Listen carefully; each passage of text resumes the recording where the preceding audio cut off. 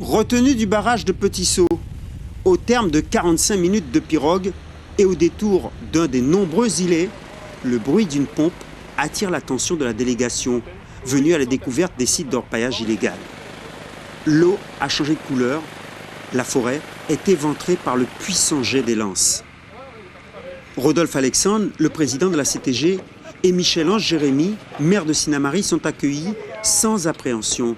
Nós estamos aqui para mostrar au président o orpaillage illégal de vocês. Bon.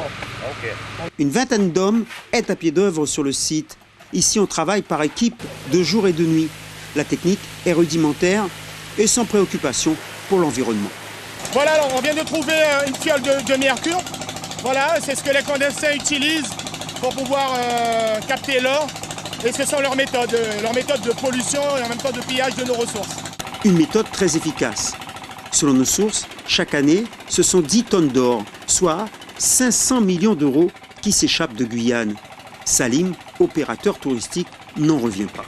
On ne connaît pas les grammages exactement, mais ils nous annoncent 500 grammes, grosso modo, tous les 24 heures. Donc ouais, ça rapporte bien plus que le tourisme. Michel-Ange Jérémy parle de désastre écologique et nous livre ses préoccupations quant aux conséquences pour Sinnamary.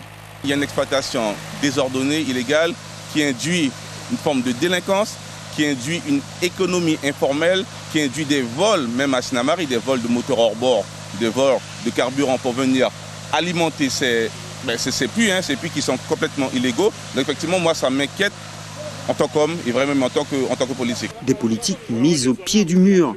La lutte contre l'orpaillage illégal relevant de l'État, la CTG avoue une forme d'impuissance face à cette situation. Peut-être que le sui generis nous permettra demain d'obtenir des petites concessions aurifères pour les PME guyanaises, du moins reconnues, patentées. On est à moins d'une heure de la ville de Sinnamary où le maire est présent avec nous. Vous vous rendez compte que c'est une catastrophe effroyable au niveau écologique, au niveau environnemental et surtout un pillage de nos ressources. Nous repartons à 5 minutes de là où nous découvrons une autre exploitation à base de galeries et de puits. Tout est artisanal, la chaleur, les risques d'éboulement sont omniprésents. À quelle heure tu commences? 6. 6 heures? Ouais. Et tu finis à quelle Le heure? matin à 7, 8 heures de la nuit. Et tous les jours? Tous les jours. Cela fait 1 mois qu'il travaille ici. Pour combien de temps encore? Il ne sait pas. Peut-être jusqu'à la prochaine opération Harpie. Dans la région, elles ne sont pas rares, comme le prouve ce camp de la Légion, abandonné à 10 minutes de ce site.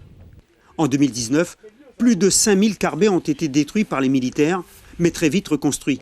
Aujourd'hui, les artisans miniers demandent à occuper le terrain dans le respect des normes. On a monté un GIE pour tout ce qui est la partie réhabilitation. On est vraiment dans le cadre où on veut mettre en place une activité saine et viable. Un engagement que Salim, écologiste convaincu, ne renie pas, mais à certaines conditions. Vous me dites, demain, on met la Guyane sous cloche et on n'orpaille plus du tout, je vous dis, bingo, allons-y gaiement. La réalité du terrain aujourd'hui, c'est que c'est orpaillé, mais par des gens qu'on ne contrôle pas, d'où la difficulté. Donc, mon choix est vite vu. Je préfère avoir quelqu'un que je peux contrôler, quitte à ne pas être d'accord avec cette personne ou avec ses opérateurs, mais au moins contrôlable, plutôt que d'avoir la zizanie. Une zizanie qui pourrait durer, tant que le code minier ne sera pas adapté aux spécificités locales. En 2015, 45 autorisations d'exploitation étaient traitées. En 2020, pour l'heure, 13 seulement, alors que 42 sont encore en attente.